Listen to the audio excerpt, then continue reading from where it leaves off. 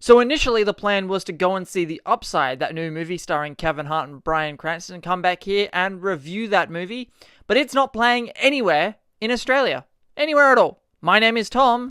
I am Patricia. Holy shit, that is so cool.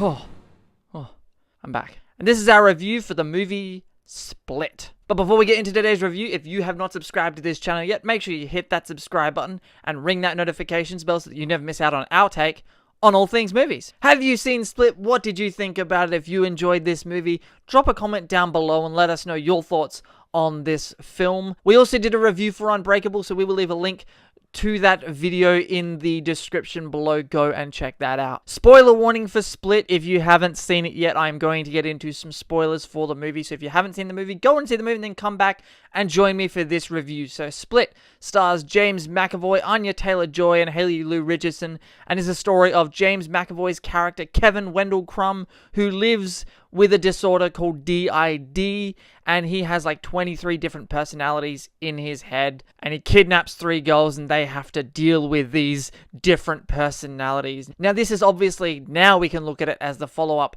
to 2000's Unbreakable, but when this movie came out, they thought, oh, it's just another M. Night Shyamalan movie. No one expected what this movie would become by the end of it, with the Bruce Willis cameo and all of that. Guys, I love this movie. Split is one hell of a good time.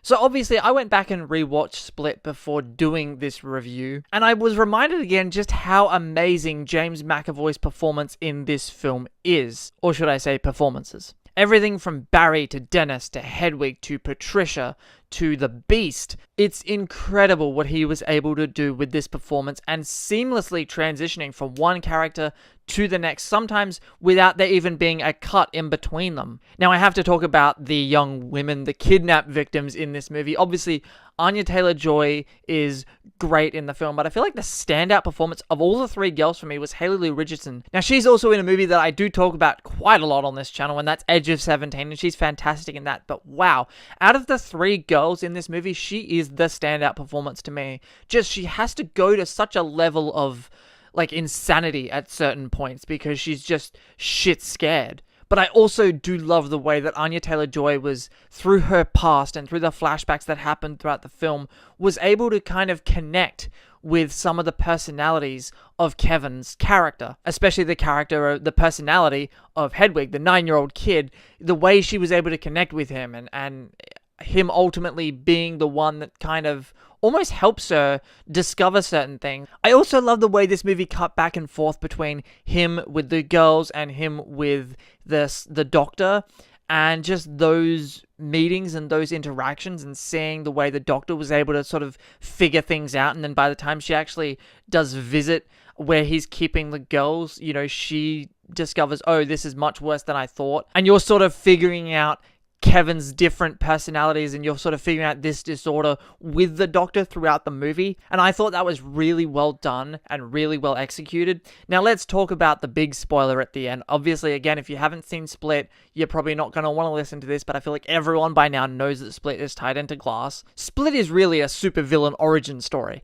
and I feel like in other superhero movies and other comic book movies, in some examples from DC movies or other movies that have tried to connect themselves to other movies and create kind of like a franchise or a cinematic universe, sometimes those tie-ins can be quite overt and quite obvious and not in a good way. They're done really kind of obnoxiously. The twist at the end with Bruce Willis showing up and the Unbreakable theme kicking in again as James McAvoy's character is looking at himself in the mirror. You know, it is done really obviously and really overtly, but oddly it works for this film. Like, it doesn't feel like it's like hitting you over the head like, oh look, we're tying into another movie. It doesn't feel forced in any way, a bit like how certain things in Batman v Superman or The Crimes of Grindelwald felt forced tie-ins to other movies in their franchises. So guys, that is our review of Split. Thank you very much for joining us. If you enjoyed this review, and we hope you did, hit that subscribe button and ring that notifications bell so you never miss out on our take on all things movies. My name is Tom. Look out for our review of Glass coming on opening day, and we will see you guys next time.